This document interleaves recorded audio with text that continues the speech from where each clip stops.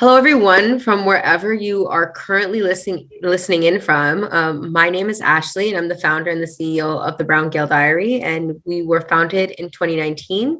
And we are a grassroots organization that focuses on cultivating, creating, and collaborating with the Indo-Caribbean community, specifically women in the community.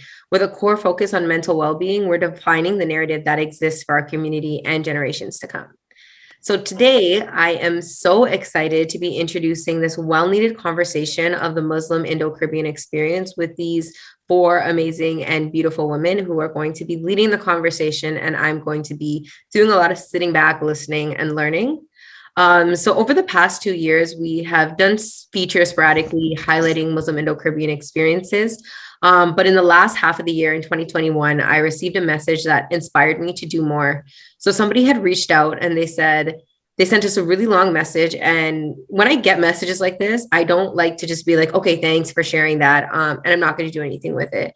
I think like with platforms with bigger numbers of followings, people share these and they really don't know if someone's going to read it or not. But the great thing about our platform is that we do have a lot of people on our team and we're able to take a look at these messages, dissect them, and figure out ways that we can do something about it, right? That's the whole reason we created Brown Girl Diary, to create a space where we can share these stories and share these experiences. So when this person reached out to me, I really wanted to make sure that they knew that we were hearing them and we wanted to respond to this. So in their message, they were just kind of like, we see you've been highlighting a lot of the Hindu Indo-Caribbean experience and the Christian Indo-Caribbean experience and all these different identities that exist within Indo-Caribbeanism. And they said, we haven't seen anything of the Muslim Indo-Caribbean anytime soon. And this message intrigued me, and it really made me ask myself a lot of questions, like how inclusive are we being right now? Are we doing our job to highlight all of the experiences of Indo-Caribbean women effectively? Are we telling the right stories?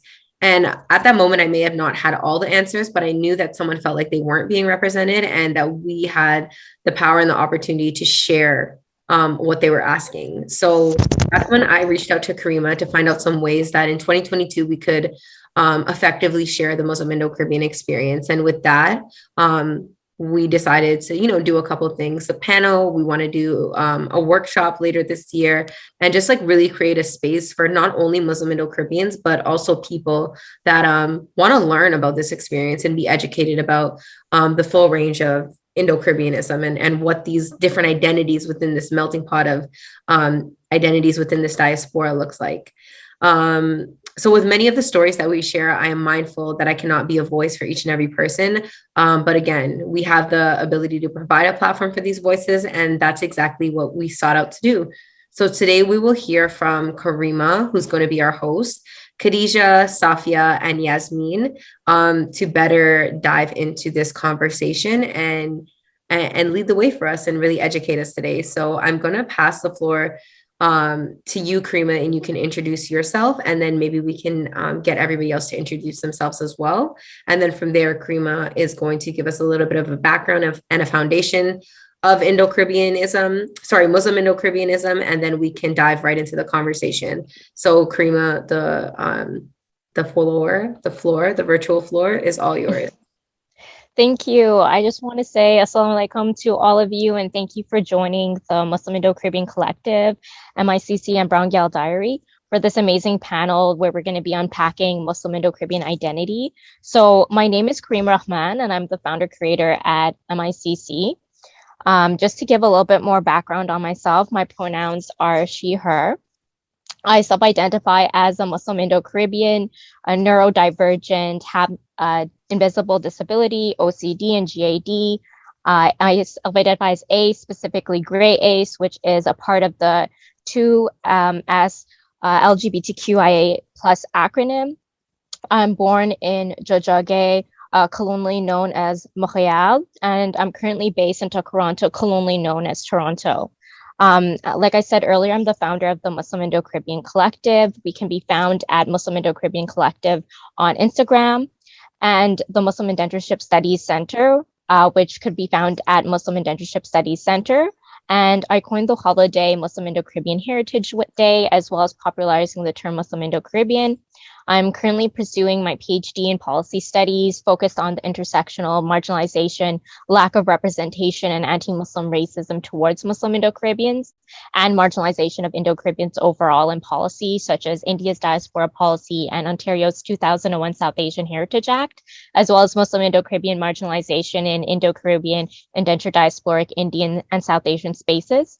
I coined the term, the theory, the South Asian Indian authenticity purity hierarchy theory, the Indian indentured Indo-Caribbean authenticity purity hierarchy theory, terms like mainland South Asian Indian supremacy and privilege, and also Hindu Indian indentured Indo-Caribbean supremacy and privilege in order to unpack this process. I also look at the legacy of Indo-Caribbean resistance to colonization, journey of learning, unlearning, intergenerational trauma rooted in indentureship, colonization, white supremacy, Hindu supremacy, Hindutva ideology, Brahmin supremacy, Arab supremacy, as well as intergenerational strength.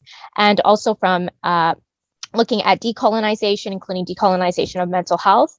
I'm also a published author with work ranging from academic to spoken words. I've given talks, interviews, podcasts, workshops on the topics I mentioned earlier, and I'm currently working on a documentary movie and an upcoming book that's going to be called Unapologetically Muslim Indo-Caribbean, which will be made by Muslim Indo-Caribbeans for Muslim Indo-Caribbeans. So I give the floor to the other panelists to introduce themselves and talk a little bit about themselves. Who would like to go next? My name is, okay, I'll go. My name is Khadejah. I am the owner of Toronto streetwear brand Freshmen. Freshmen is a lifestyle brand. It's very diverse. It promotes cultural relativism through the business, art, fashion, and passion of our community. I also am the designer, the CEO, and I also throw all different events around for our community to expand. Specifically, we are actually the first Toronto streetwear brand that designs hijabs. So that kind of stemmed back from a little bit of my childhood and keeping, I mean, I've always seen that there was streetwear designed for everyone else except for, well, Muslim women. And I just thought that was not welcoming. It didn't feel like they were being included. It felt like they were excluded. So I see Nike do it, and I said, if Nike can do it, then I can do it. And I did it, and I'm partnered with the other local brand called Unveiled. They're also, they sell hijabs as well. So I help expand their business as well as they expand our business together, and we design hijabs for our Muslim sisters. Yeah, so whoever wants to go up next and introduce themselves, feel free.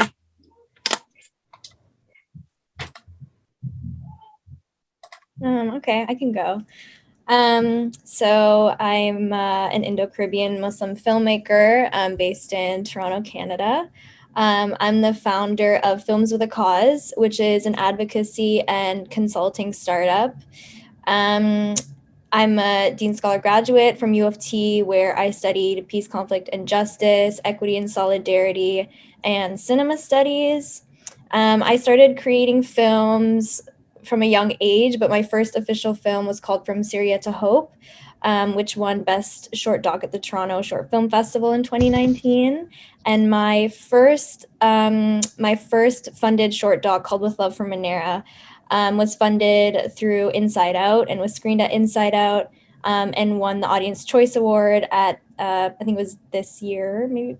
No, it was last year's Breakthrough Film Festival. And then now I'm in development on my very first feature documentary, which is about a young Black man risking his life by undergoing an experimental stem cell transplant to potentially cure him of his sickle cell disease.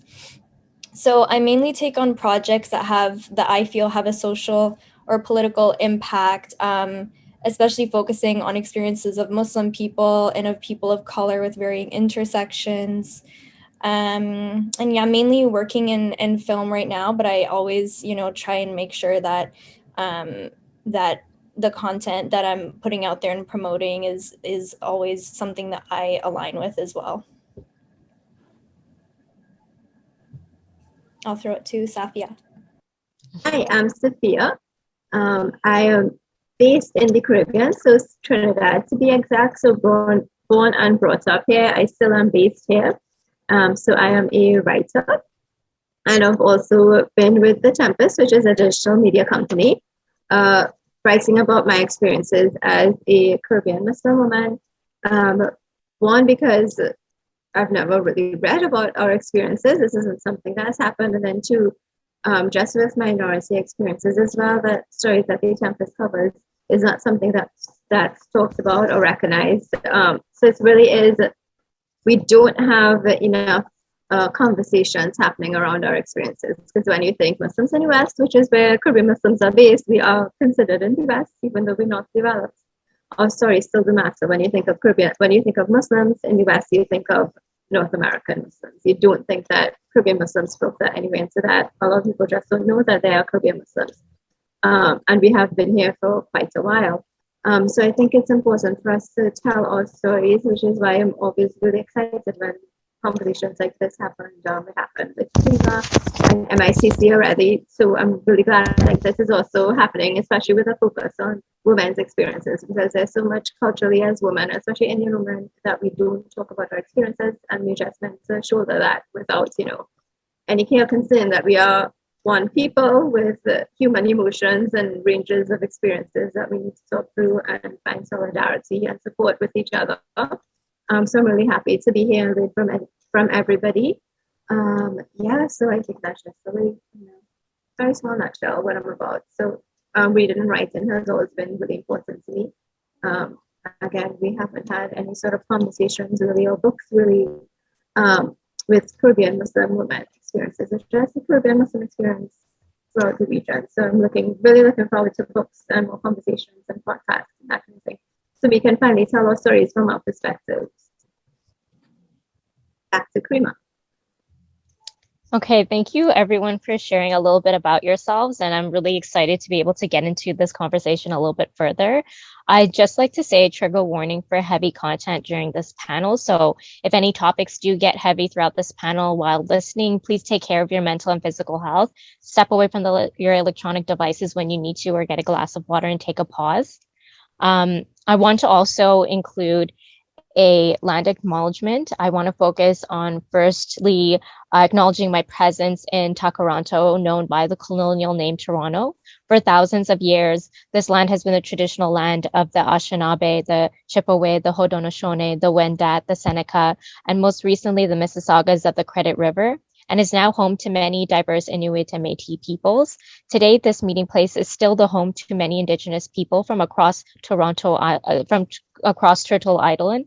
And I'm grateful to have the opportunity to work on this land and reflect on my positionality and accountability to this land. And as well to understand that when we're looking at the Caribbean, I want to bring the land the Jahajis were displaced to and acknowledge the various Indigenous peoples who are the rightful stewards of the land that is colonially named the Caribbean region, and how our ancestors inherited and maintained colonial states on these Indigenous lands. And also bring the land where we were also looking at where our ancestors were from, what we presently call India. I want to call our ancestors into this space, bring the land of our Jahaji ancestors and beyond into this space, and acknowledge the various Indigenous peoples, Adivasis and scheduled tribes who are the rightful stewards of the lands in the colonial state of India. So I think it's very important for us to ground ourselves not only where we physically are currently and acknowledging the intricacies of our positionality and accountability to the land and acknowledging the Indigenous peoples' lands in which we are upon, but also understand the entire background and history of the different forms of either migrations in the multitude of the various forms of agency or forced migrations that occurred, and how we could be able to talk about these migrations and accountability to the land and whose land it is, and being able to have those conversations. It's not just something that we just simply say, but it's a process, it's an action, and it's continuous for a journey of learning and unlearning. And I do want to acknowledge, and this is important to acknowledge, that the foundation of Islam in the Caribbean region can be attributed to the labor of Black Muslims, both enslaved and free Black folks who were the first Muslims in the Caribbean. And I think it's important to invite peace into this space in order to ground us as we navigate and work through this journey of unpacking Muslim Indo-Caribbean identity together from a place of love, healing, and compassion. And I think it's important that everyone to understand that everyone is at different places in their journey of learning and unlearning, harm and decolonizing and navigating identity. It's a very messy process. It's not linear. I'm still messy and in the continuous lifelong process of learning and unlearning as well. And I think two terms might be coming up a lot throughout our conversation. So I just wanted to quickly define positionality and power privilege. So positionality is our position in multiple systems of power based on our identity that changes in different contexts. And power privilege is a part of the dominant, what is deemed the default or the quote unquote normal, that can be also understood as the majority, or who have social institutional power and have their beliefs, values, identities represented. So I think a really important thing to do now is also talk a little bit about the background, the context, and unpacking the term Muslim Indo-Caribbean before we have a conversation on what it means to be Muslim Indo-Caribbean and the complexities that come and nuances that come with that identity. We need to start unpacking what that term is before we could get into that. So when I do unpack that, I just as a resource, so it's more accessible, there are 2 articles available online to check into when I'm explaining that term. The first is the article, Who Are Muslim Indo-Caribbeans, published by Brown Gyal Diaries. And the second is Muslim Indo-Caribbean Identity, Muslim Indentured Resistance to Colonization and Colonial Policies, that was published by the Migration Initiative. I think it's important to ground ourselves in unpacking the term Muslim Indo-Caribbean before addressing anything else, because Muslim Indo-Caribbeans can be defined in so many different ways. And it ties down to the basics of those who self-identify as both Muslim and Indo-Caribbean simultaneously, and who are at the intersection of both of these identities. And this is usually within the context and positionality of descending from Mussalman indentured laborers displaced by British, French, Dutch, and Danish colonization from Hindustan, present-day South Asia, to the Caribbean since 1838, or descending from indentured laborers who were not Muslim or they themselves, and more recently chose the path of Islam. Not all those who self-identify as Muslim Indo-Caribbean descended from indentured laborers, and there are cases of those who left Hindustan to the Caribbean with agency, such as business owners, traders, sailors, and merchants, such as in the case of Barbados, or more recent migrants from South Asia, India, post-partition after 1947, who self-identify as Muslim and are located in the Caribbean and their descendants. But it is important to note the majority of those who self-identify as Muslim Indo-Caribbean are descendants of indentured laborers. And within the context of indentureship in the Caribbean, it's important to note that approximately 500,000 South Asian Indian indentured laborers were displaced to the Caribbean. Approximately 84 to 85% were Hindu, and Muslim indentured laborers, according to the research of Afro's 2000, were approximately 16% or 80,000. So Muslims were composed of many intersectional identities, positionalities, and lived experiences, even within that group, being approximately 85% from northern India, mainly northwestern provinces and Oudh, the Bengal presidency under the British Raj, and mainly present-day Uttar Pradesh, Bihar regions. They spoke Indo-Aryan languages such as Urdu, Bhojpuri, Awadhi. They boarded ships at the Kolkata port, referred to as Calcuttians, and approximately 15% were southern Indian. For the Madras presidency under the British Raj, mainly present-day Tamil Nadu, Andhra Pradesh, spoke Dravidian languages such as Tamil, Telugu, Malayalam, and boarded at the Madras as well as Pondicherry port. And they were referred to as Madrasis in archival documents, which not many know is a problematic racial slur for Southern Indians and formed the majority of the French colonized regions. Christians, Adivasis, indigenous people, and scheduled tribes, such as the Dangar Hill Coolies, formed a minority. And the Sikh, Buddhist, Jain, Zoroastrian, Parsi, and those who follow the Baha'i faith are largely unaccounted for in archival documents. The largest caste category represented among indentured laborers in the Caribbean are lower castes and Dalits. The caste breakdown on the immigration passes was only provided for Hindus, but the same could be said for Muslims and Christians. There is a perception that there's no caste system among Muslims and Christians in South Asia, India, but there is. And it was maintained from Hinduism despite Islam and Christianity being officially against the caste system in scripture. So Muslims can be separated into a caste-based hierarchy of Ashraf, Ajlaf, Azlaf, or Arzal. So Ashraf is the upper caste, the foreign, noble, royalty, or descending from family of the Prophet, peace be upon him, such as Sayyids, Sheikhs. Pathans are also viewed as the equivalent of Brahmins. So these are all those who are foreign or noble. We have the Ajlaf, Azlaf, which is the lower caste Shudra Muslims with Indian ancestry, and we have Arzal, Dalit Muslims with Indian ancestry. And the majority of Muslim Indians, at approximately 85%, are Ajlaf, Azlaf, lower caste, and Arzal, Dalit combined, known as Paswanda castes. And the overwhelming majority of Muslim Indians, at approximately 75%, are Arzal Dalit currently in India. And a lot of research has been done by Ansari on this. Each of these caste categories of Ashraf, Ajlaf, Azlaf, and Arzal are intersectional categories composed of various subcategories, positionalities, and lived experiences of their own. There were Muslims among the indigenous people, the scheduled tribes, the Adivasis, and Islamic names were found among the Dangar Hill Kulis of the Chotu Nagpur district of Bengal in the indentured archives, as mentioned in the research of Rahman. I have to acknowledge that I have a lot of power privilege in not having the lived experiences of violent caste-based oppression experienced in India and the recent diaspora. Although I have been discriminated against for indentured and caste ancestry, my positionality allows me to be more removed from it, and I'm more privileged in systems of Brahmin supremacy and Ashrafi supremacy. And a majority of Muslim indentured laborers are also, to note, Sunni of the Hanafi madhab of fiqh or school of jurisprudence. And there are also Shiite, Sufi, and Ahmadiyya minorities.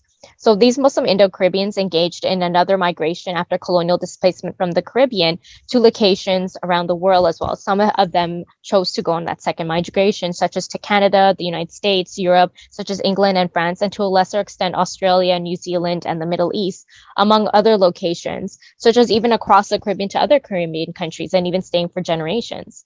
So Muslim Indo-Caribbeans become a community that are twice removed, a diaspora within a diaspora within a diaspora, or basically a minority within a minority within a minority. And this unique Muslim Indo-Caribbean identity that we see today was formed or developed over time, rooted in the lived experiences of our Muslim ancestors who were indentured laborers. And this could basically be unpacked through the various acts of resistance to colonization and colonial policies, such as the labor laws, vagrancy laws, and the Indian Festivals Ordinance of 1882 by Muslim indentured laborers, especially many Muslim women, and how these acts of colonial resistance also contributed to the intergenerational trauma as well as intergenerational strength of Muslim Indo-Caribbeans. And the legacy of Muslims resisting colonialism was brought from Hindustan to the Caribbean from freedom fighters like Mazhar Khan, mentioned in the research of Rahman. Once displaced to the Caribbean, Muslim indentured laborers carried such strength and resistance of labor laws with the first act of rebellion by Indian indentured laborers in the Caribbean was actually by two Muslim Indians from Bahar named Jamun and Platoon in Guyana on October 11, 1838. But soon after running away, their bodies were found in the bushes in Mahaica, as seen in the research of Kanam and Chicory 2009, which is why I coined Muslim Indo-Caribbean Heritage Day to be celebrated annually on October 11th. And also, if any reference to Muslim Indo-Caribbean Heritage Day is used, please cite or give credit to myself as well. And when resistance is looked at, this could especially be seen among Muslim women who fiercely fought against colonial oppression, patriarchy, and misogyny unapologetically with their collective resistance led by Muslim women like Aladi, Salamea mentioned the research of Alia Khan and Rodney, 1981, and Tetari Begum Jani, as well as others such as Jamun, Patun, Bogi, Chote Khan, Amir Bakhsh, Mullah Books, Jahanjar Khan, and Didar Khan mentioned the research of Tiwari 2013, Fokin 2018, and Raymond Chicory and Bibi Khanum. And the Non-Parayal Massacre, the 1913 Rose Hall Massacre, the Friends Plantation Massacre, Zogan Hoop Plantation Massacre, and the Muharram Massacre of 1884, all forms of resistance by Muslim indentured laborers.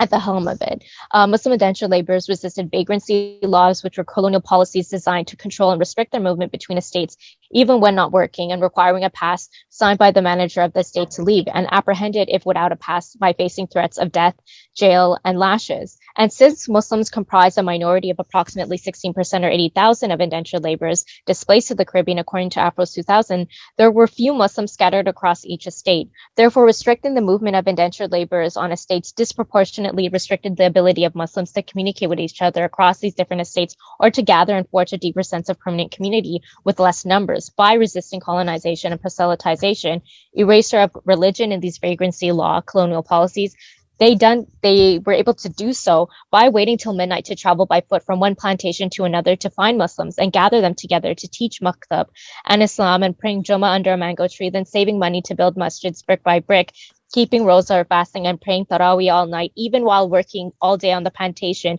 as seen in the research of Aisha Khan 2004 and Zainul Khan 2013.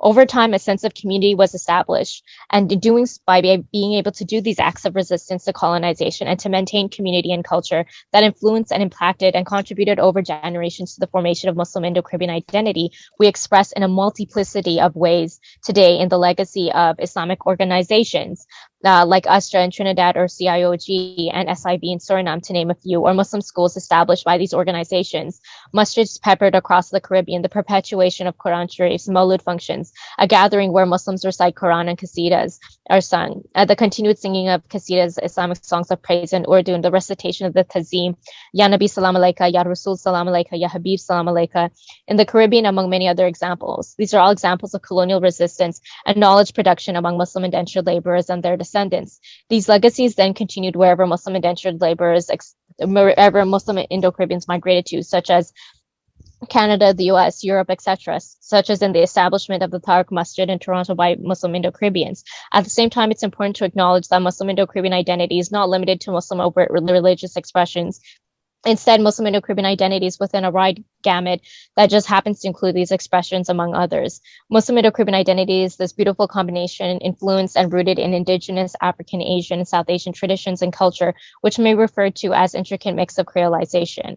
So I'm going to be done soon, but just a quick note that we need to also unpack the wide range of Muslim Indo-Caribbean identities and understand that the overwhelming main representation of Muslim Indo-Caribbeans are North Indian, emphasized on Indo-Aryan languages like Urdu, Sunni, with the exception of shared representation of Hosay, Muslim Indo-Caribbeans of cis, male, allo, amato, hetero, upper socioeconomic class, non-disabled, non-neurodivergent, with citizenship, who have more power, privilege in Muslim Indo-Caribbean spaces. The countries with the largest and overwhelming main Muslim Indo-Caribbean representation are from Trinidad, Guyana, and Suriname, leaving other Caribbean locations invisibilized. Donc, nous besoin d'avoir des conversations comme ça en français aussi. It's important to have these conversations in French also, since there are French-speaking Indo-Caribbeans. And thankfully, Alex Bacchus is doing amazing work on this. They have this amazing podcast at Diasporic Children of Indenture. Please check it out. And this leads to especially Muslim Indo-Caribbeans who are about South Indian ancestry who spoke Dravidian languages as less represented. And Muslim Indo-Caribbeans of queer, range of trans, fluid, non-binary, ace, arrow, lower socioeconomic class, neurodivergent, disabled identities with precarious citizenship, etc., as those with less power, privilege in Muslim Indo-Caribbean spaces. Muslim Indo-Caribbeans are not a monolith or homogenous group or community, but comprised of multiple intersectional truths, identities, positionalities, and lived experiences based on various cultures, ethnicities, nationalities, languages, gender identities, sexual identities, romantic identities, neurodivergent identities, disabled identities, socioeconomic statuses, etc. And I want to emphasize that Muslim Indo-Caribbean, lesbian, gay, bi, trans, questioning, queer, intersex, pan, two-spirit, androgynous, ace, arrow, neurodivergent, and disabled identities are valid and should be celebrated in this space. Even those who have not engaged in what is colonially known as coming out are celebrated and valid in this space. We need to avoid hearing from simply just allo-amato cishet voices with the most power, privilege, and to challenge allo-amato cishet normativity and ableism, where we are rooted in anti-oppression, dismantling anti-2S LGBTQIA plus oppression, anti-queer oppression, anti-trans oppression, anti-Black racism, anti-Indigenous racism, sexism, misogyny, anti-ableist oppression, anti-Muslim racism, Hindu supremacy hinted by ideology, among other oppressions, where we are self-reflexive of our power, privilege, and stand in solidarity with those most marginalized, oppressed.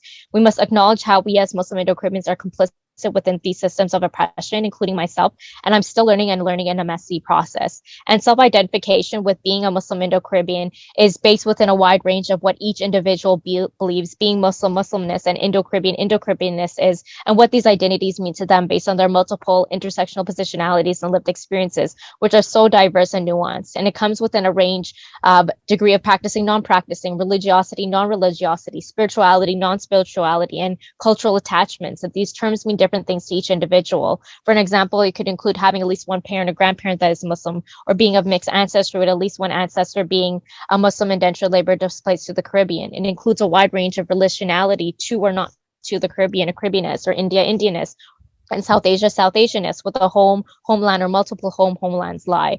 And each person does not claim, chooses to self-identify and not to self-identify differently with these identities based on their intersectional positionality, lived experiences, and relationality to these various identities. And one can self-identify when multiple identities are home simultaneously, which each identity meaning something different to each person. All these identities are not a dichotomy where one must choose one or the other, and loyalty or authenticity should not be lessened in identification with multiple identities simultaneously, and no self-identification or claim is considered to be more Muslim Indo-Caribbean than another. And we must be critical of those who act as gatekeepers or play purity authenticity politics in relation to giving more validity to certain expressions of Muslim Indo-Caribbeanness over others. One form of identification or claim to being Muslim Indo-Caribbean is not the only way or the right way, and self-identification or claim to Muslim Indo-Caribbeanness, and no one should say that there is only one way. No one should act as a gatekeeper enforcing who and how one can self-identify as Muslim Indo-Caribbean. The same context has to be said for Indo-Caribbeans in general. And everyone has their own journey of self-identification with being Muslim Indo-Caribbean, and everyone's journey is different based on their intersectional truths, identities, positionalities, and lived experiences. And each of our journey is valid, and no one's journey should be belittled. As long as this self-identification is not due to oppressive reasoning, such as racism, such as anti-Black racism, or promotes cultural appropriation, such as the cultural appropriation of Black Afro-Caribbeans or Indigenous cultures. By sharing out our different voices, journeys, and stories of self-identification as Muslim Indo-Caribbeans and Indo-Caribbeans at large, we can learn more about our intersectional complexities and nuances as a community, learn, unlearn, and heal so we don't perpetuate hierarchies of self-identification with our community. So to begin this really amazing discussion, the first question that we have is, what does being Muslim Indo-Caribbean mean to you? And this may include or look like, what aspects of being Muslim Indo-Caribbean do you identify with? How do you express your Muslim Indo-Caribbeanness? What are some of your markers of being Muslim Indo-Caribbean? What practices or rituals or traditions that you believe in and practice or participate in are rooted in Muslim Indo-Caribbean heritage? What are some childhood memories or memories in general that you attach to being Muslim Indo-Caribbean? So if anyone feels comfortable, let's unpack that a little bit. So what does being Muslim Indo-Caribbean mean to you? So my mom's side of the family is Indo-Caribbean. So my mom was born in Guyana. I was raised in Sunni Islam. And I think just observing my grandma and my grandma's family taught me a lot about the Indo-Caribbean identity and how different it is to, just an Indian immigrant identity here in Canada. And it's never really spoken about. You just kind of, I think, feel it growing up when you do have certain South Asian immigrant friends. You kind of just see that there are very distinct cultural differences. And obviously, especially being a Muslim on top of that, there's just a lot of differences that I felt. I didn't really feel like I could always relate to other South Asian immigrants because the experiences just felt very different. So I think like now I express my Indo-Caribbeanness in a lot of ways. I think kind of the easiest way, I guess you could say, is food. So I really try to, now that I'm living by myself, try to keep up, cooking, and just like having my grandma on the phone and figuring out how to cook chicken, have like a really good chicken curry properly. And like, is this like how much else, you know what I mean? Like, so things like that. Music I think is really important too. And just like trying to ask as many questions as possible, because like, even though I grew up kind of being close to my mom's side of the family, I didn't really ever know other Indo-Caribbean people growing up. It just wasn't something, like I didn't grow up in an Indo-Caribbean community at all. So I didn't really have a lot of that representation. So now just realizing how much I probably would have felt a little bit more empowered in my identity if I had that representation. Like I'm constantly trying to learn more for myself and figure out, how this identity can be long lasting for myself on like a personal and like even spiritual level. So as a filmmaker, that's also really interesting because I've never come across yet another Indo-Caribbean Muslim filmmaker. And so I know that there is like there's a Muslim community in film that I'm in touch with. And then there's also a South Asian community in film. But I've never come across someone who, can fully understand the scope of this identity. And so I am directing a short film called One Day, which is a narrative short film, a script that I wrote about a proud young Muslim Indo-Caribbean teenager who was kind of daydreaming throughout her day. And so it was really important to me to make her Indo-Caribbean. And in the process, I'm learning a lot because I really want to make sure that I'm getting this character right. Just because I know that my experience isn't the experience of many. And yeah, so actually Karimah is one of the script story consultants, which has been really fun. Yeah, so childhood memories attached to being Indo-Caribbean. I think like just Eid. Like Eid was, I think, like probably the most like Guyanese representation I got, like hopping to all of the different houses and just like hearing stories and to be honest, I think that I feel like what I sense like a very interesting it's just a very interesting experience when a family member passes away because it's a celebration of life. And I think that it's so different than a lot of other funerals or janazas and maybe other cultures. And I always just found that experience of, janazas and funerals and the wakes like just so interesting in Indo-Caribbean and like in Guyanese spaces.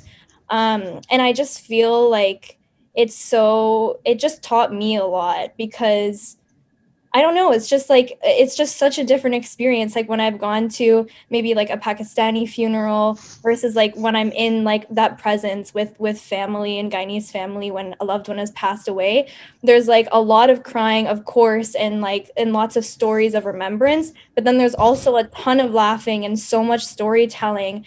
And just like the way that the emotions kind of all blend together is so interesting to me that I personally just haven't really seen in many other cultures. That's so true. Yeah, so that's just my observation of that. But yeah, I think that's what I'm thinking of right now. Does anything come up for anyone else when they think of that term, Muslim Indo-Caribbean, and kind of what that means to them and how they relate to it or not?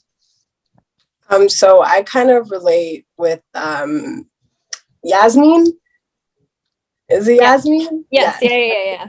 So in the beginning of how she introduced herself, with one parent being Muslim Indo-Caribbean. So I have one parent that is Muslim Indo-Caribbean, and then I have another parent who is not, both from Trinidad and Tobago. My father is Black and my mother is a Muslim Indo-Caribbean woman. So in that sense, I do relate. It was like I was more drawn closer to my mom's side. My father also had converted one point in my parents' marriage, but for his own. It wasn't necessarily for her, but it was for his own spiritual beliefs as well. So, I mean, there's that sense of that like that same reasoning. But being Muslim Indo-Caribbean, what it means to me is it's something that I realized that as I've lost my brother. We were all born and raised Muslim, and my brother passed away in 2016, which was Freshmen is his brand. And I've continued on this beautiful legacy of expanding it with so many different ethnicities all over the map. And born Muslim, you return to the creator. Right. So I kind of had more an observation. I mean, we were born and raised private school, up to being about 13 years old, private school, writing, reading, speaking. And then when I was, 6 years ago, my brother passed away. My parents kind of took my mom was always more focused on where she originated from. But going into high school kind of led me away from not going to private school anymore.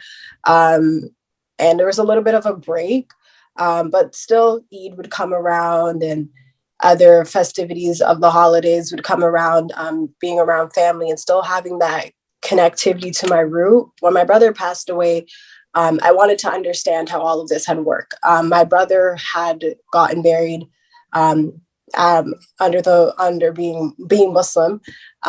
So I was a little bit I was interested more in learning about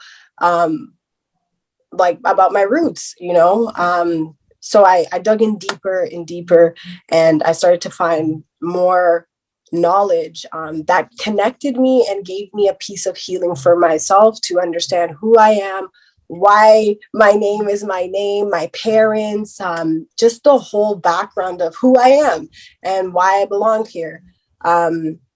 So I was able to connect with finding a piece of myself being a Muslim Indo-Caribbean woman from my brother's death. And it taught me so much that I feel like I needed to go back to my roots of what I was born and brought up in, and staying on the right conscious path that works for myself. So, I mean, and then it's been from the designing of the hijab, that's where it stemmed from. It came from my roots, where I came from. I always want to keep a piece of myself with whatever I do. I think that makes anything more original. So it stemmed from childhood, and I express it through, I mean, I listen to on YouTube, sometimes even on Spotify as well, Mufti Menk. He is a very, Mufti Menk. I love listening to him speak, because I'm like, the people in this world are like sheeple. Like, they're so brainwashed, and they're so like, everybody wants to be the same. And I love hearing him speak because it brings core value, and, you know, it's a way of living. It's not it's just a way of life. And so I listen to a lot of podcasts to learn more.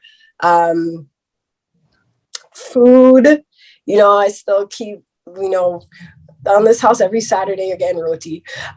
So food, definitely. And my childhood memories, again, that keep me attached to it, that lures me back in, is once upon a time at the age of 4 years old till about 10 years old, I would go to school wearing a hijab. That was something that I like to do. I used to read, speak, write. I was so passionate about it, and I was so good about it. So good with it. I spoke Arabic better than I spoke English growing up. So I mean, a lot of it stems back from my childhood as well, but the main aspect of it being a Muslim Indo-Caribbean, it means that we have a lot of power, and I don't think a lot of people realize that we hold a lot of power, and that power needs to be spread to women who are not Indo-Caribbean, that are Muslim. You know, it's the second biggest religion. So I mean, it's just, we have a lot of power, and that's what it means to be, because it's given me a lot of power to find who I really am, being in this physical realm, and living here with having a purpose, a way of living, and just how to go about my day-to-day life. Yeah. Thank you for sharing that. I didn't want to interrupt before, but I'm really sorry to hear about your brother. But it's just amazing to hear you talk about how your connection to that Muslim Indo-Caribbean identity. And I know you were focusing a little bit on when you were younger and also as you got older, but it seems like there was almost a reconnection as you got older. So what was kind of like your relationship with that Muslim Indo-Caribbean identity when you were younger versus when you were older, if you don't mind? So when a little bit of time to talk about that. And kind of like, what's the different themes or like experiences that kind of push that difference for you? So when I was younger, I guess I was just, you know, we were just born, raised into it, my mom's side. So there was that, then there was that gap. And then coming back into it,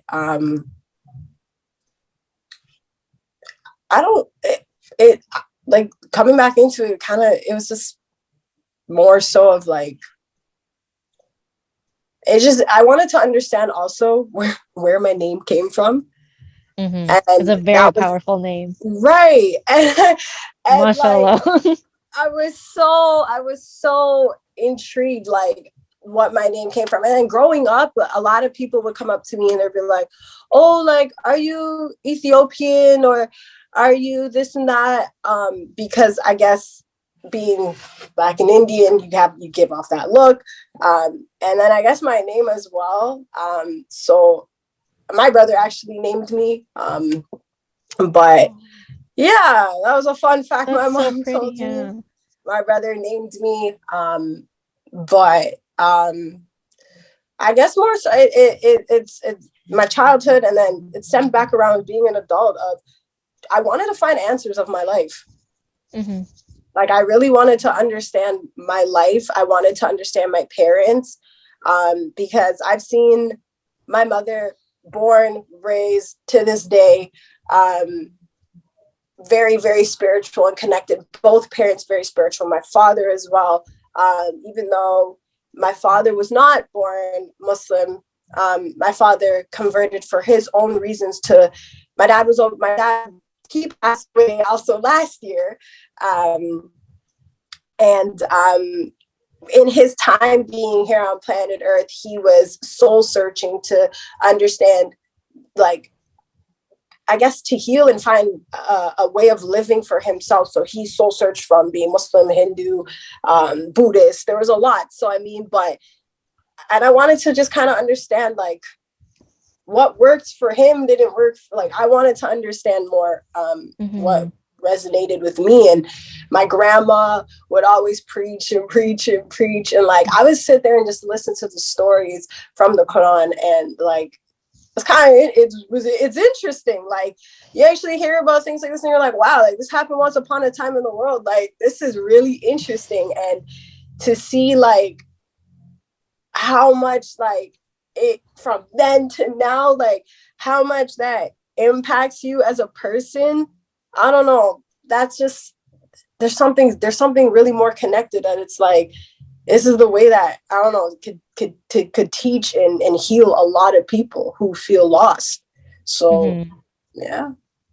Thank you for unpacking your journey with us and talking to these really difficult things. And I think that piece about wanting to know more about who you are, where you're from, that's a common theme for a lot of us. And it's interesting being born here and going through that. And I'm also wondering about Saffiyya's point of view of also being in the Caribbean, because this is something that's a theme for a lot of us based in Canada, but I'm also thinking, what is that experience in the Caribbean also? I'm not too sure if you feel comfortable saying something on that now, Saffiyya, but it's interesting just to see, because like this is something that's very common with what we are saying and where we're coming from. So what is your experience as well? I had to go back home to Trinidad to understand more. So same here. Going to Trinidad and Guyana, it helps. I want to hear. I want to hear. Yeah. So first off, Khadejah, I'm really sorry for your two losses. I know that must have been really hard to may Allah have mercy upon them and grant them Jannatul Firdaus. Thank you. So for me, like being Muslim in the Caribbean, so that's like 3 different identities, right? So my vision of back home is like India. So that's where like I would want to know where I am from, as opposed to, well, you guys will want to know like twice where you're really from. So for me, like being Muslim in the Caribbean, one, there's being in the Caribbean, just having the Caribbean identity, because you know the Caribbean is more than Jamaica. Oh, sorry, let me just speak a little louder. Is this audio a little bit better, Ashley? Let me know. Okay, great. All right. So yes, it's good. It's good. Right. So for me, like being in the Caribbean, you know, a lot of people, when they think Caribbean, they just think Jamaica. They don't venture south than that, and they don't know, like, they're really not going to be able to know anything else in the Caribbean. So being unpacking that, you know, colonial legacy from the British Empire is something that's a part of the Caribbean identity that, you know, we're still struggling with, just as a region, as a country, that kind of thing. So there's that one aspect.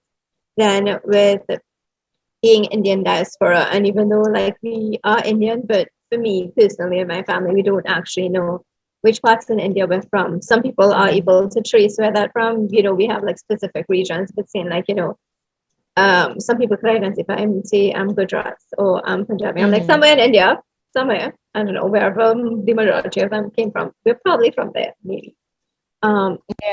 Yeah, so that's like a guessing game. If you think I could pass for that, probably you're right. And if you're Indian, maybe you know a little bit better. So that's that. Although I do think like a little bit of like the food that we still have can sort of pinpoint us into the directions into where we may be from.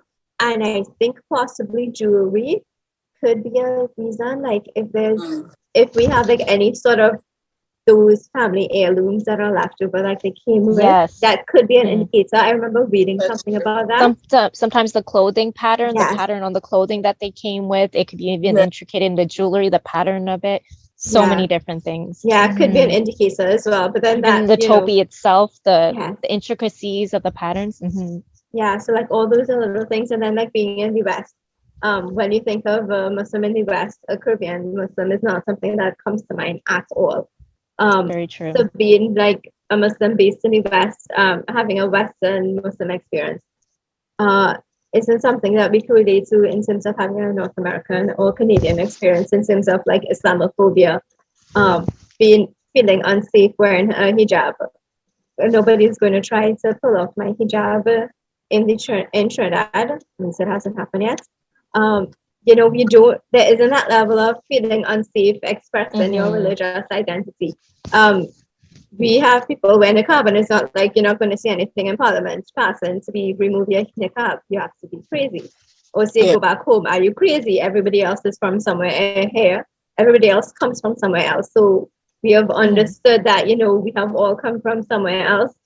And it is blending into society, which I think we have been able to do for the most part. Yes, there are always issues within a society, but I think being able to express our religious identity and religious freedom is something that we've been able to do really well in Trinidad. That being seen like through schools and that kind of thing. So even though like my primary school that I went to was a Muslim primary school, we would still have like a little Diwali program or something, or acknowledge that, there is Diwali, there is Eid, you have your little Eid programs. You may go to different schools and have that sort of experience, even with your friends. I have friends who are Hindus, you'll go to their houses for Diwali. You have family that's Hindu, you go to their houses for Diwali, they'll come and for Eid. That's not really any culturally any sort of big demarcation in terms of you can't engage. It's just because we are just that cosmopolitan. I think we have that.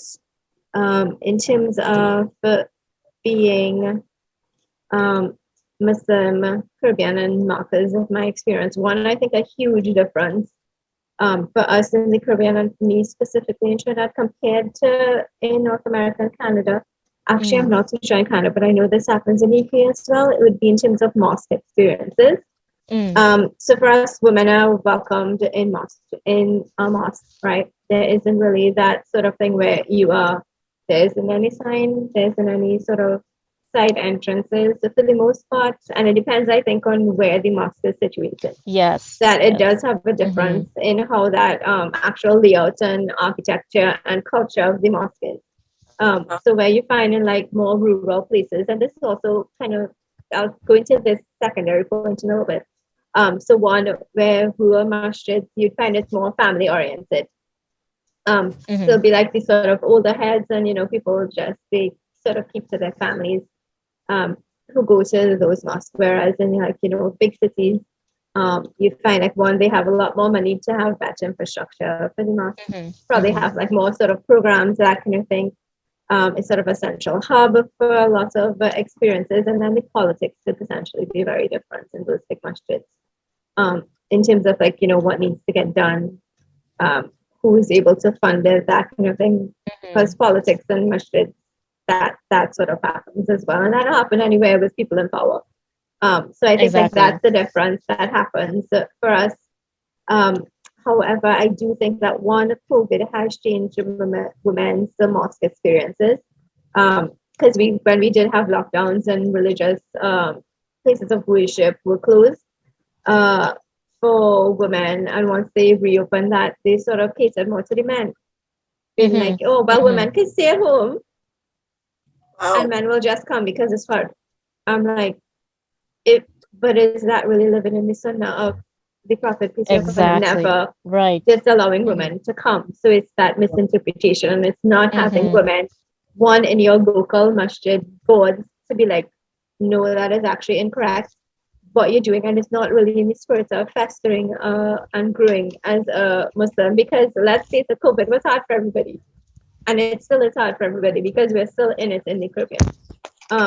And if you think that for some reason as a woman I don't need to go to the mosque and really have that sort of relationship with God in a mosque where, you can. It's encouraged me to, have that. That's not something that was ever disallowed. And some women, like, just for the whole environment of a mosque, like, this is specifically meant for worship and that kind of thing. Some people really thrive on that experience, especially if it's like for Ramadan and having like Tarawih, Salah every night and completing the Quran. You really need that spiritual rejuvenation. And for not being able to have that, especially with something as difficult as COVID, is really detracting and really could really adversely affect women spiritually. So I think that's the big issue that hasn't been talked about in the general public. It's just like, men in power and being able to make these decisions for women, as opposed to, realizing that women actually have the spiritual agency to make this decision for themselves. Right. Exactly. And that's something that, I think, and this sort of leads me into my next thing, where men and their religious authority, in terms of where they get their knowledge from and how that changes. So one, like you talked about, Yazmeen, Karimah, and that's something that I grew up with. Yes. So, and it's really interesting that you mentioned it as a form of colonial resistance, which is not something I ever thought about before. But that is actually so fascinating to me, and I really need to remember this after this conversation. So that's one, right? And where they would have learned certain things. So so sometimes, like, the younger ones, they would leave and probably go to Pakistan and learn. And with that, and take back everything they learned. Okay, yes, so you learn the religion, they pick, certain things, right? How to recite Quran, that kind of thing. But in terms of understanding the cultural aspects of it, that's something where things can go amiss. And taking that, we also need to remember that, the majority of Muslim lands were conquered. They were under colonial rule. And with that, colonialism has left this impact on education. And how we would have learned a religion where, everything was integrated into religion. So you learn about math, you learn about mathematics, you learn about science, but then everything points back to God, because it's everything you're learning with that. But it makes you think about your creator and learning that.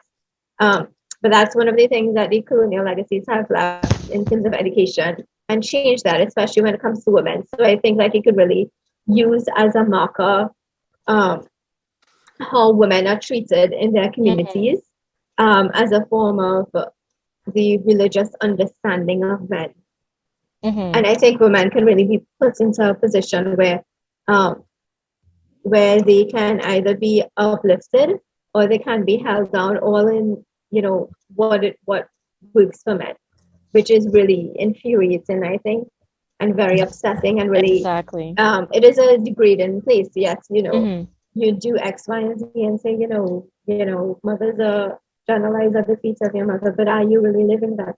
Are you really practicing it? And how are you doing things to better women? And that doesn't happen with men making the decisions for men. That happens in conversation and realizing that women do have the spiritual agency to make these decisions, which is not a conversation. A lot of men in any sort of power will be able to, realize and really think about it. And this is really where a thorough understanding of this and what the Prophet peace be upon him came here to do really comes into place. So that's one of the really big ways I think that we need to have conversations around it, because we only think of, having a Muslim experience needs to be like, okay, so you need to go to Pakistan and learn how they do things and come, because that's like true Islam, because, it's a majority Muslim country.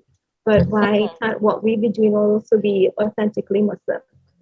Exactly. Why isn't our experience valid enough to come across? Why is it that you need to go to Pakistan or the Middle East to validate what your Muslimness is? Right. That we don't need that. And also, like, when you're unpacking about women's agency and the way that people interpret things, in the way that they choose to look at parts of the Sunnah of the Prophet peace be upon him and ignore others. Decolonization is at the core of the Sunnah of Islamic theology when you look at it. And decolonization, and the core of what that means, is standing in solidarity to fight against oppression. And this is part of the Quran. This is a part of the Sunnah. This is what the Prophet peace be upon him taught us. But this is not something that people proactively use, especially those in power who wish to maintain their oppression. And within the case of the experiences that a lot of Muslim women go through, the way that men choose to oppressively interpret passages from the Quran that goes against the very sunnah of the Prophet, peace be upon him, and how problematic that is. And the example that you gave is a really good one of even saying that, okay, we're going to let men go to the masjid because it's COVID, let's not make everyone go. But why is it that men get the opportunity to go and not women? And women have agency, and they will find other ways of being able to push back against that, and being able to assert that, and being able to still engage in spirituality and practicing and engaging with religion in different ways. Because women have always been resistant and will always be resistant. There's so much power and strength within that. Anyone who is marginalized and oppressed finds strength and resistance. So it's just interesting how that gets navigated in different ways. And I think it's interesting that we talked about a lot of different pieces of feeling and questioning, who am I and where do I belong, and why is things this way or that way, and a lot of questioning. It's really important because when we look at that, it's important to also unpack the different ways that we might not feel represented. I'm just going to quickly say in a sentence what being Muslim Indo-Caribbean means to me, and then we could go on to different ways of unpacking other things. So just for me, in one sentence, I'd say that being Muslim Indo-Caribbean means to be a part of a diverse and colorful community full of intergenerational strength and resistance during colonization, currently for just simply existing. And that rich intergenerational oral history and memories can be seen today, as we mentioned, in language, food, music, clothing, religious expressions, and so much more. And when we are having these conversations, it's important to look at, well, as a Muslim Indo-Caribbean, in what ways, if any, have we felt marginalized or discriminated against? And when I ask this, it could look like not feeling represented, or feeling unseen or silenced or erased, or having your truth or lived experiences not spoken, or feeling like you could not be unapologetically you. And I know this is a loaded question and a lot to unpack, so please respond to whatever resonates with you based on the entirety of the range of all the intersectional identities, truths, and positionalities and lived experiences that makes you as a Muslim Indo-Caribbean. And at the same time as that this question is posed about exploring the oppression we experience as Muslim Indo-Caribbeans, it's also important to note that as we learn and unlearn and decolonize by acknowledging how we are complicit in systems of oppression like anti-Black racism, anti-Indigenous racism, capitalism, ableist oppression, anti-queer oppression, anti-trans oppression, uphold heteronormativity, cisnormativity, allonormativity, amatonormativity, misogyny, patriarchy, casteism, colorism, shadeism, and so many more systems of oppression. And we're limited by time for this panel, but it's important to dive deep into all the ways that we're complicit in oppression as well. But for the purposes of this panel, like as a Muslim Indo-Caribbean, in what ways, if any, have you felt marginalized or discriminated against? And if so, please expand. Whoever feels comfortable to contribute. Well, for me, it's looked a lot like having to explain what being Indo-Caribbean means. And there are some situations where I'm excited to share what that means to me. And obviously I'm still learning for myself. But then there are other times where the question is asked in a way that feels a little bit like I'm a target. And I don't know, sometimes it's just in conversations or it's a tone. And it just kind of makes me feel less safe to even explore what that means with this other, in these environments, because again, I'm not perfect. I'm still trying to learn what it means for myself. And so situations like that, and just knowing that there's such a lack of knowledge around what the Indo-Caribbean identity is, like, just didn't allow me to even understand it for myself, and didn't let me explore that growing up at all. And so I think I've actually experienced that, outside of the community, but also within, actually. Because within certain Indo-Caribbean, family circles, it's interesting that I feel like some of that oppression becomes internalized, especially in immigrant inferiority complex. Yes, and in a lot of these communities, like, there's such a urge to want to fit in and to want to go into some box. And when you're not finding that box being, you know, that there's not many you can relate to around you being Indo-Caribbean, then you don't say you're Indo-Caribbean anymore. You just say you're South Asian or you're Indian. Code switching. Yeah. Exactly. And it's just so sad because like the less that you even say out loud that you're Indo-Caribbean, like the less you have opportunities to explore who you are and to share what that means so that more people are aware of that. Because when folks actually are interested in learning, like you're educating someone in a way where it's like maybe they would have never ever known. Like I've had a ton of situations like that, like where I'm in a positive conversation with someone and like they think they're, you know, they're thanking me because they're like, this is so interesting. Like I really would have never come across this history otherwise. And, so I wouldn't like, I don't know if that really answered the question, but it just kind of made me think a bit more about that. I think, yeah, like more on kind of that internalized oppression. I think this goes back to something that we spoke about, I think on another panel, Karimah, which was about like the Arabization of Islam. Yes. Right? And this is also a concept that I'm exploring in one day, which is, you know, like wanting to, you know, when you come as an immigrant and wanting to fit into some type of category, I would say for folks who are very strongly, you know, practicing of Islam, or even just find some type of community in religious spaces first, then that becomes like the way that you want to fit in the absolute most, right? And the way that you want to feel most comfortable. And so that can mean taking on certain practices that are more so Arab practices of Islam, but that are deemed, you know, just the right way to practice Islam. When what does that even mean? No, it's Right? so true. We have to read like Yeah. who's accepted, who's validated in what space. Right. And then in Muslim spaces, it tends to be mainly represented as Middle Eastern and Arab. So yes, we have Arab supremacy, we have Arabization, and sometimes we internalize so much that we end up participating in our own oppression within that system without even realizing that we're doing it. So Yeah, that's an important piece. exactly. And I think it's also important to look at how this happens in any space, because when you're Muslim Indo-Caribbean, you're part of so many different histories. So who gets validated? Who gets validated in South Asian spaces? Mainland South Asians, or those who basically their ancestors left after partition and whoever's a descendant. In indentured diasporic spaces, who gets more validated? Those who happen to have retained more Indian languages, such as those who are from Fiji, and even within the Indo-Caribbean context, those are from Suriname, tend to seem a little bit more validated in their Indianness, whatever that means, than other Indo-Caribbeans. When we look at also within Indo-Caribbean spaces, which identity is validated, it tends to be mainly a Hindu identity that tends to be validated.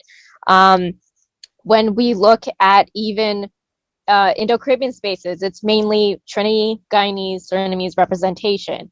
But then if you're in a Trini space and you're also partially Guyanese, that doesn't get validated. Or if you're Guyanese in a Trini space, then you don't get validated. I don't know if you also experience that because you happen to be half as well. So maybe if you're in certain spaces, you see that parts of yourself don't get validated. And for a lot of us who happen to have multiple ancestries and multiple backgrounds, this is what happens. So it's interesting to see those different pieces all put together, because it's whatever background has the most power and privilege and that is validated and represented always gets to have that benefit, that privilege within that space. And that's important parts of this conversation too. So that's another, I don't know if anyone else has had those experiences as well, or if anyone else could talk to that, but there's a lot to unpack here, because we just talked about at least Arab supremacy and talking about that part that it gets to be more validated. Has anyone else have any other experiences that they want to talk to?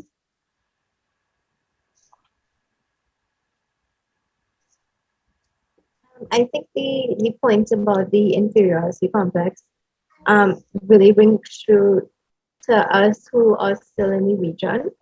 And really, as you said, the Arabization of Muslims in the Caribbean, and how that's really the only acceptable form of, portraying yourself as Muslim. So like when I was growing up, you'd wear your shower and go to Eid. And as you get older, that sort of changes. Your clothes sort of changes into, you want to wear a little bit, quote unquote, like Arab clothes, so you wear more on and that kind of thing, and not too much honing into your Indian identity. Where it's not like if there's anything wrong with wearing your shower, but you sort of think that that's the way to go because it could probably be a little bit more Muslim. So I think, and that probably hooks into a lot of different overlapping issues of how we identify ourselves and feel secure in our identity, just as one as just Caribbean people, because everybody has an opinion of what a Caribbean people are supposed to be. We're supposed to be Irie and not have any issues in the world. That's just happy-go-lucky people. So that's one of them. And then being Muslim in the Caribbean, and then not much people understanding that. And then maybe just because I'm in the region and I'm in Trinidad and I'm around other Indo-Muslims, you don't really need to, sort of advocate for your identity as such, because everyone sort of have a similar lived experience. So I can't relate, but I find it very interesting to see how you try to sort of hook into different parts of your identity depending on your situation. And I mean, it could be an interesting conversation. Exactly. It could be a very interesting conversation to have with somebody who is genuinely interested, but then it's at any given point, you probably have to always go back and identify yourself and explain, hold them in a little history lesson, right? Which can be very difficult to always have to explain yourself. Yes. So there's a give and take with anything. But I feel like one of the main ways that we can actually decolonize as Muslim and Caribbean people will be to really recognize the strengths of all women, especially all the women who have come before us. Because for me, like so much of my experiences growing up in the region is honed on like being with my grandmother and so like having good experiences with her. So like going to mosque with her for Eid, making sweets and stuff for her. So like with her, so like making kurma. That's something that you do for Eid. Or happy occasions, having prayers, that kind of thing. I think, and for so many people, I think like so much of good positive experiences are linked to your grandmother in particular, where, and I think for plenty of people, like, it's just customary. And I think for the older heads, every year you have a prayers in your house.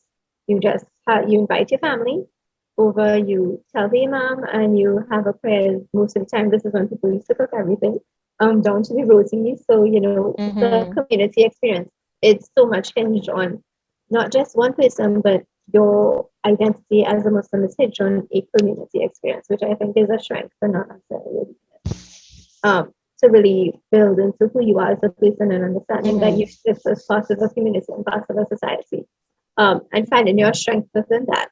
And I think that's something that we really need to go back to and talk about. These are really the pillars of our community women. So to have that where men feel like they could make that decision for men as to how they can practice their religion, or not a woman themselves not realizing the spiritual agency they have, or not choosing to act on it or advocate for themselves. So it's really as a detriment to the community on the whole, because we make up a very big part of our community. You expect so many people expect women to just, you're a Muslim woman, you have a child, bring them up in the faith, but how are you going to do that if you don't have guidance and if you don't have the support? How is that going to happen? If you don't have that support system, like how you expect it to continue without women having that experience of the mosque? You want children to go to the mosque but they go to the mosque and then you don't like how they behave, or don't want them to be running around in the mosque, and that's a whole other conversation. But if they're not from the mosque from small, how do you expect that love to be there? Because they have no connection there from the beginning, right? They also get told that this isn't a space that you can go to and feel welcome. So that's a lot of like big things to really sit down and think about it. And then like for me, and this is where like social media and just like being connected on different platforms has helped in terms of realizing that we don't have anything literature-wise in terms of our experiences. So that sounds like reading different books and really seeking out different experiences as just being a Muslim woman in the West is something that I jump on all the time. Like, I'm so excited for S.K. Ali's other books upcoming, where I think the other one is From Mecca to Medina. Like, I love reading about these stories. It's such sweet stories, like why we are Muslims in the Caribbean, why aren't we writing about ourselves? Like, one of the really most fantastic books I've ever read is The Rihanna Shah's A Silent Life. It is absolutely fantastic, and I think for anybody, I have that on my bookshelf as well. yeah, it's like, and it was Sajid who recommended it, and it was like a fantastic read. Like, for anybody who has any fond memories of your grandmother, or really yearning to know what it is like to have a Muslim Caribbean experience, that is an absolute must read, because with that you understand what it is really like to have that life. You can relate it, And an important piece to that, because like that's important what you bring up, as not being able to see our stories told. A big part of that is also, who are the gatekeepers who get to choose which voices get to be published, which stories get to be accessible to the public, which voices are we going to invest in? And those are good questions we need to ask those who happen to be gatekeepers of these different platforms to release, either whether it be the press with books, or whether it be films, or whether it be any other platform. Even when we're looking at media and even on social media, and each platform that we access, who is the gatekeeper behind that platform, and whose voices are they representing? These are important conversations. And even when speaking about the mosque, there's an important question we need to ask here: how can we decolonize the masjid? And a big part of that is centering marginalized voices. And a part of that is also including who is also marginalized within the space, also the voices of women. How can we center marginalized voices, including women voices, within the masjid space? And these are all important conversations to have about how we can be able to amplify those most marginalized in our community, in order for those stories or those voices not heard to be heard and amplified. And exactly. Just to add to that, so like when you have a mosque board, and you have women only organizing tea parties or fashion shows, what about, we need to have like marital counseling, we need to have family therapy sessions, we need to have mental health needs to be decolonized as well within 100% these spaces too. Mental health. I agree. Make sure women that you have like premarital counseling, you have counseling for people who are going through divorce, have support for them going through divorce if they're ostracized, have convert care, anti-Black racism, because some people, like you said, Black Muslims were the first Muslims in Caribbean, everybody think is Indian, but we came afterwards. They were here first. They set the foundation for us, and we don't. That's not a conversation that we have, and probably not a conversation people will like to have. So we really need to decolonize that and realize we are following them. They came before us. There's a lot of stuff that people just refuse to bury their head in the sand with. But if you don't have people who are willing to do the work, because this cannot fall on the shoulder of one person, that is not how it's meant to work. You need to have people there in order to be able to make the change and realize and ask questions and really advocate for people who aren't able to do it for themselves. I was just say sorry. Oh, sorry. Go ahead, please. No, I was just going to add in, I mean, for me personally, I've never had or felt like that, but I grew up with a lot of my friends were Arab or Indo-Muslims or Black Muslims, or they were all different ethnicities, and being surrounded by a lot of Muslims actually growing up. For me, though, I would say for my brand, the impact that I hear and like the responses that I get from being in the Scarborough Town Center store called the Black-owned Toronto store, that's where Freshmen is. I've had someone that followed me on Instagram, because I put up the hijabs in the store as well. And I've had someone that reached out to me on Instagram, and she was so happy. She was so happy to feel that she was accepted and she was a part of the community. And I was like, wow, like, you know, I'm just doing this for where it comes from. Like, of course it's for the people, but like, it was more personal. So like, when she reached out to me, and she wants to, like, she has dipped into streetwear of how she dresses, but she also feels so a part of it. So I mean, and then other women have also let me know that they feel a part of something as well that they have never felt a part of before, of how they can dress and how they can express themselves through clothing. So like, I've noticed a very powerful impact that it has had for women to be a part of the culture, the community, our community, expanding it with other people who don't know about the community and spread awareness to those who don't know. I actually think it's really dope. I think it's really that's amazing, dope. the work that you do. Yeah. I think it's cool. Like, it, honestly, like I said, the root of the story comes from a place of hurt, loss, pain. But like, it's also really cool to see how like that hurt, loss, pain can reflect with so many other people, whether if it's my faith or if it's the way I dress, you know what I mean? Or you never know who you could touch. Exactly. You never know who you can connect you never know the with. impact.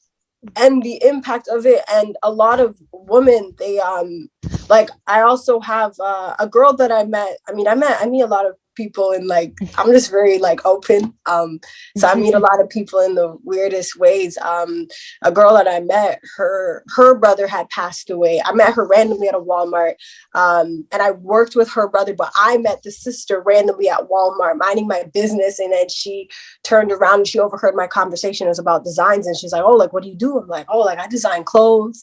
I'm just very shy, so I'm like, oh, I just design clothes.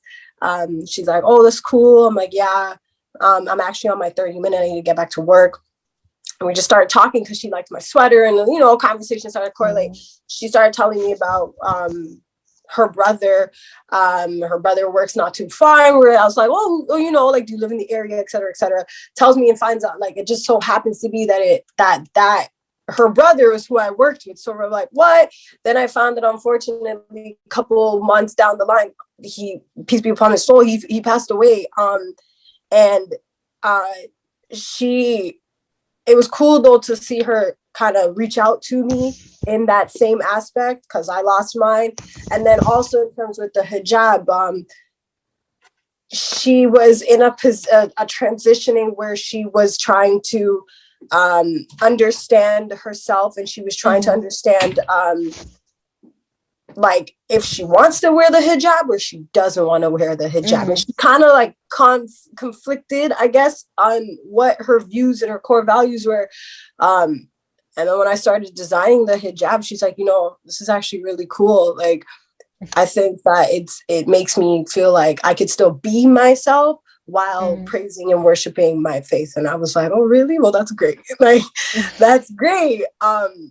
And it's really cool, though, that I'm able to create that space for hijabis to feel comfortable. Eventually, I want to do toe piece for males. Oh, yes, that would be amazing. I want to do toe piece for males. I want to bring out the whole cultural wear, and I want to really keep it involved in the streetwear culture. Because why can't it be a part of the culture? You know what I mean? Like, it always has. It always has. Right. Love is love. So, but yeah, I mean, personally, me, I never experienced a lot of it. Other than I get are you sure you're half Indian or you're half Black? I'm like, what? Oh, you don't look like it. What? And I was like, other than that was probably the only thing I've ever faced. Yeah, but for the brand, yeah. That's the thing. Like, these are all like microaggressions. It's like questioning who you are, or like what you're saying, if it's true when you only know you. Like, these are just another form of just microaggressions that you feel. And I think with me, it's also a little bit unique because I grew up in Jajoge, what's colonially known as Mahaya. So like, being in that context is very different than growing up in Toronto. So for me, growing up, like, it was very blatant. It was very palpable. It was very overt anti-Muslim racism. It was everywhere I went. It was what became the point of defining who I was because of the hatred that I felt from other people. And that's why when the Quebec Mosque massacre happened, it was not a shock to me. It was something that I lived with that my entire life, and I knew that yes, this is how people see us. This is if we're casually joked about our death constantly, it's not it's one step away from that occurring. So it's really interesting to see how in different spaces, even across Canada, it's like we have so many different experiences. And I think that it's very different when you grow up not seeing your community. And there weren't many Muslim Indo-Caribbeans in that space. And so for me, it was like, okay, I'm choosing to be unapologetically who I am as a Muslim Indo-Caribbean. And it's like when I choose to express my identity and hold on to that intergenerational strength and all these oral histories and all these memories and everything that my parents, my grandparents, and beyond are teaching me, it's like that those moments are so important because I'm choosing to decolonize from whiteness. I'm choosing to decolonize from white supremacy and Hindu supremacy that says because I'm Muslim, I can't be Indian or Indo-Caribbean or indentured diasporic.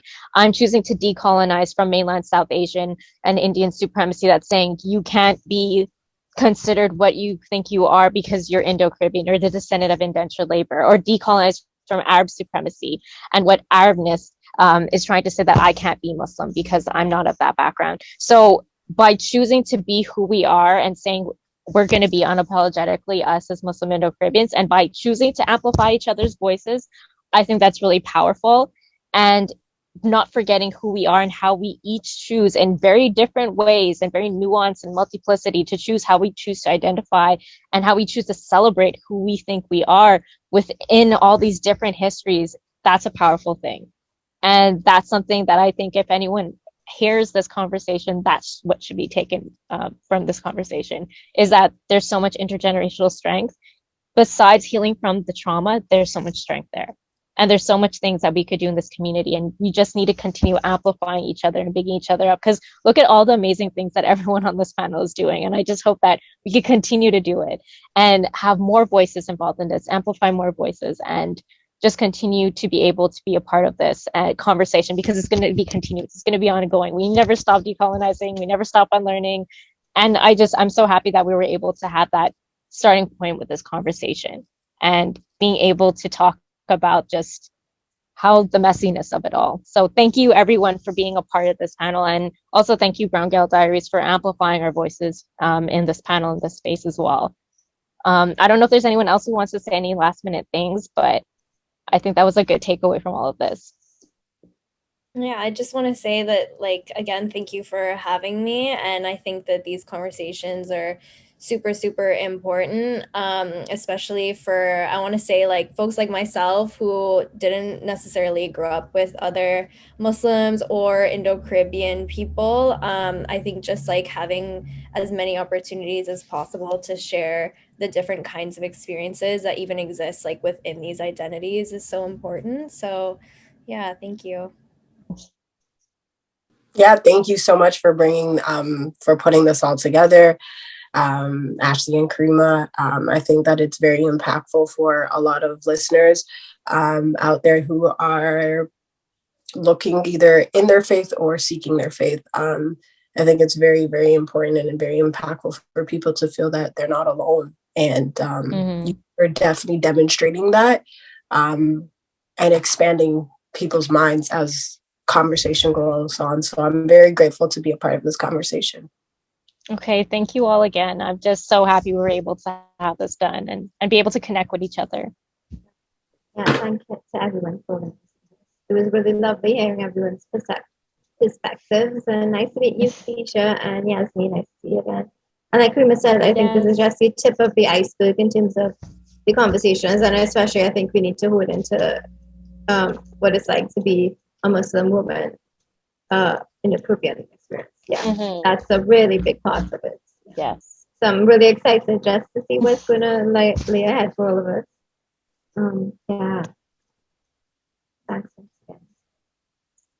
Amazing. Thank you. Ashley.